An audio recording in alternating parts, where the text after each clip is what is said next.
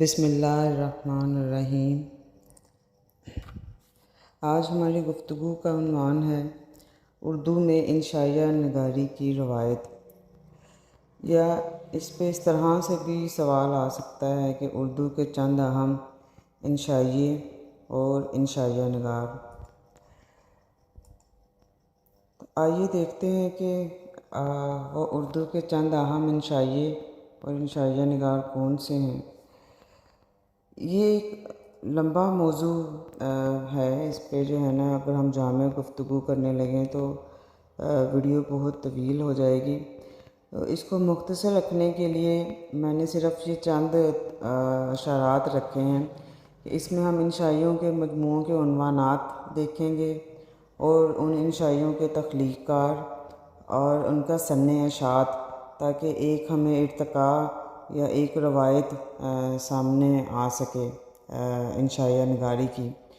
اردو میں جو سب سے پہلا انشائیوں کا مجموعہ ہمیں باقاعدہ نظر آتا ہے وہ ڈاکٹر وزیر آغا کے انشائیوں کا مجموعہ ہے، جو خیال پارے کے عنوان سے 1961 میں شائع ہوا۔ دوسرا اہم انشائیوں کا مجموعہ بھی ڈاکٹر وزیر آغا ہی کا سامنے آتا ہے، جس کا عنوان ہے چوری سے یاری تک، اور انشائیوں کا یہ مجموعہ 1966 میں شائع ہوا۔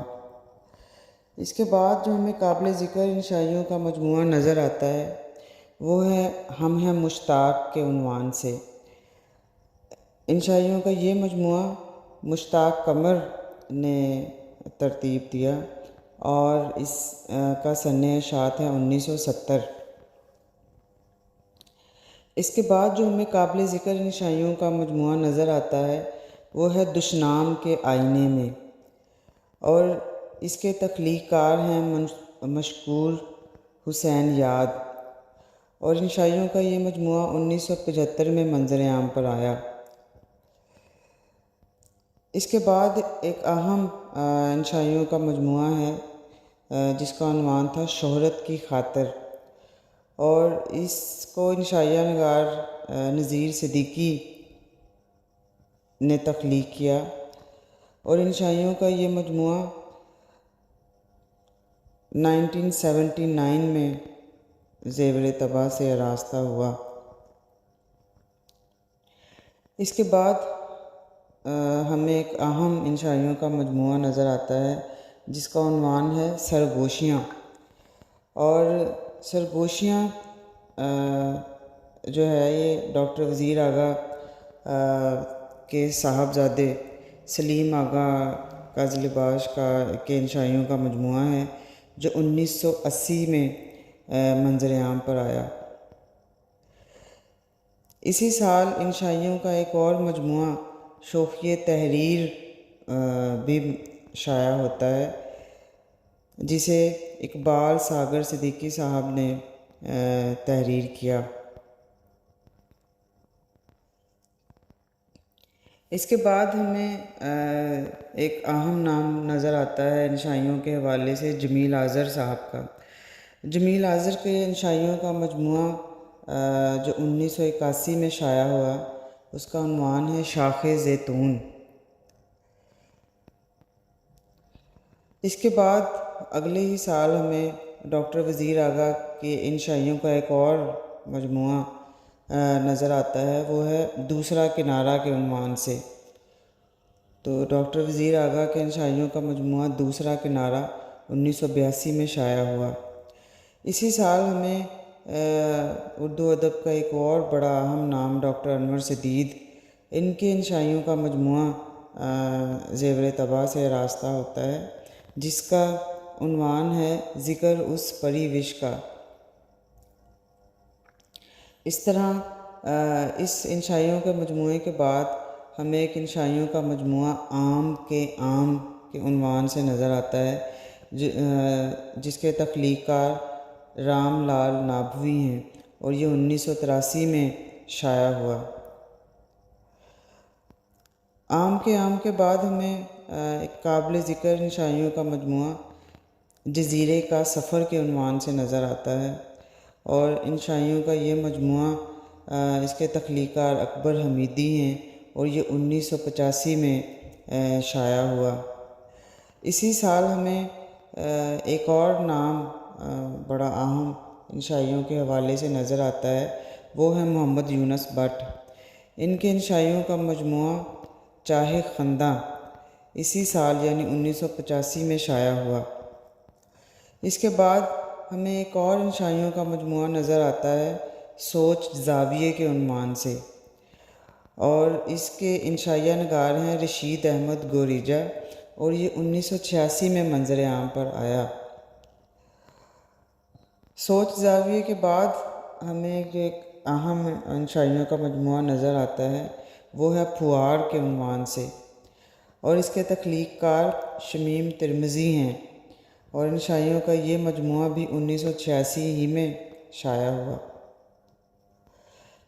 1986 کے بعد ہمیں انشائیوں کا ایک مجموعہ ملتا ہے گل افشانی گفتار کے نام سے، اور اس کے تخلیق کار ہیں اقبال ساگر صدیقی، اور انشائیوں کا یہ مجموعہ 1987 میں منظر عام پر آیا۔ اسی سال سلیم آغا قزلباش کا ایک اور انشائیوں کا مجموعہ آمنہ سامنا بھی شائع ہوتا ہے۔ آمنہ سامنا کے بعد اگلے سال ہمیں ایک اور انشائیوں کا مجموعہ نظر آتا ہے خوشبو کے قافلے کے عنوان سے، اور اس کے تخلیق کار ہیں محمد اقبال انجم۔ اس سے اگلے ہی سال ہمیں ڈاکٹر وزیر آغا کے انشائیوں کا ایک بڑا اہم مجموعہ نظر آتا ہے، جس کا عنوان ہے سمندر اگر میرے اندر گرے۔ اسی سال ہمیں ارشد میر کا بھی ایک انشائیوں کا مجموعہ نظر آتا ہے، جس کا عنوان ہے موڈ۔ اسی سال یعنی 1989 میں ہمیں ایک اور انشائیوں کا مجموعہ نظر آتا ہے، جو ہے بات کی اونچی ذات، اور اس کے تخلیق کار ہیں مشکور حسین یاد۔ اور اس کے اگلے ہی سال یعنی 1990 میں ہمیں ایک انشائیوں کا مجموعہ نظر آتا ہے، جس کا عنوان ہے تتلی کے تعاقب میں، اور اس کے تخلیق کار ہیں اکبر حمیدی۔ اس کے بعد ہمیں ایک قابل ذکر انشائیوں کا مجموعہ ملتا ہے بوڑھے کے رول میں، بوڑھے کے رول میں، جس کے تخلیق کار ہیں محمد اسد اللہ، اور انشائیوں کا یہ مجموعہ 1991 میں شائع ہوا۔ 1991 ہی میں ہمیں انجم نیازی صاحب کے انشائیوں کا ایک مجموعہ بھی نظر آتا ہے، جس کا عنوان ہے میں، سورج اور سمندر۔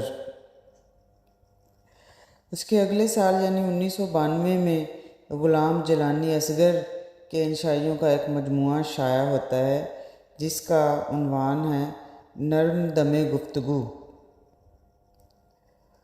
1993 میں ایک انشائیوں کا مجموعہ ہمیں نظر آتا ہے حامد برگی کا، جس کا عنوان ہے بانداز دیگر۔ بانداز دیگر کے بعد ہمیں ایک اور قابل ذکر انشائیوں کا مجموعہ نظر آتا ہے، جس کا عنوان ہے جھاڑی اور جگنو، اور انشائیوں کا یہ مجموعہ اکبر حمیدی کی تخلیق ہے، جو 1995 میں شائع ہوا۔ اس کے بعد انشائیوں کا ایک قابل ذکر مجموعہ آسمان میں پتنگیں کے عنوان سے شائع ہوا، اور اس کے تخلیق کار ڈاکٹر انور سدید ہیں، اور یہ مجموعہ 1996 میں شائع ہوا۔ اس کے بعد ہمیں اسی سال جمیل آذر کا بھی ایک انشائیوں کا مجموعہ ملتا ہے، جس کا عنوان ہے رت کے مہمان۔ رت کے مہمان کے بعد ہمیں انشائیوں میں جو ہے ایک اور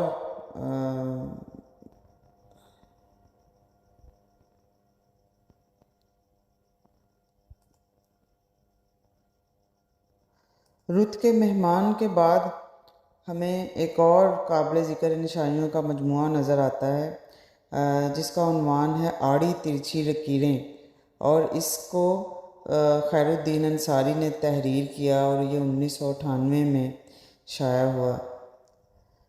آڑی ترچھی لکیروں کے بعد ایک قابل ذکر انشائیوں کا مجموعہ چراغ آفریدم کے نام سے شائع ہوا، اور اس کے تخلیق کار ڈاکٹر ناصر عباس نیّر ہیں۔